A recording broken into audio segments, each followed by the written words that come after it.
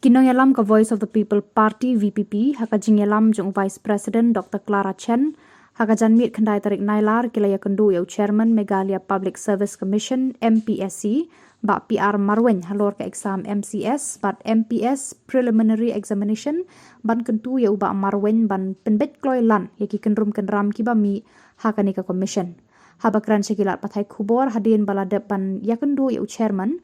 Dr. Clara Ulaong kajinga kundu kadai bandawa ban pelat pat ba yaki marks jong ki kena ulai jing mud hakapaya dei bat ke MPS ban board yaka notification haka personal interview katkom ka ratio bala ai iwe la shipo bat iwe la r ponsan hari kesini saya MPSC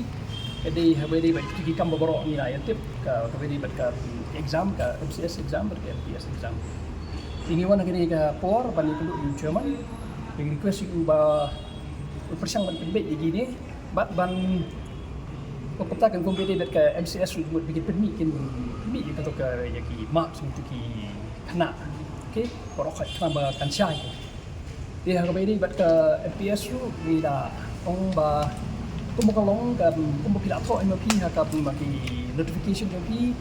bagi interview bedi bandai 1 is to 2.5 buat we candidate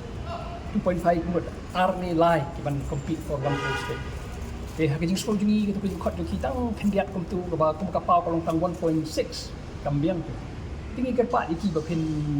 consider dikata kan namar ba itu ki kena ki ba du long kum ta mo ka tak subun namar ba kalau kandidat pala propose kalong khadju tu di dan pergi kot tang arpun nyomot haji syal piyat tang 1:2 kalau long tu life sound te kum awal dia PSC duduk pas sedang tadi 2.5 tadi mut kan ba kam bun ya kata kumaron 42 43 ini request ya ka chairman mohon consider kata ro sang begitu di bapi film mau kundu kalau mentahkan ke competition majority tong ada khangla begitu ki kamtam ha bakalong syai ke jingtho jong ka notification jong ke MPSC bakin khot la ko 2.5 against one vacancy tak katahi te namar doktor minen lacem la dia than em ni wana ngene elek la jong bantah kata ka jing jadi jong chairman bat kibi organization kata ni la ban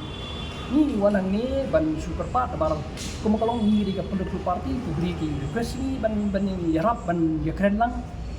ya ka public service commission tidak have done that ini wana ni ban request ki la kibi la le kata ka barang ba emi ru ni kwa ya kata bagi ke kin bet bakun bulan cu ni in future bikin bet ke tinggi kumki nak parti yuan ya ai kat kan suggestion chemuan tang ban shu produkti tu yuan ban ai kat kan suggestion ke ban penbhai kan public service commission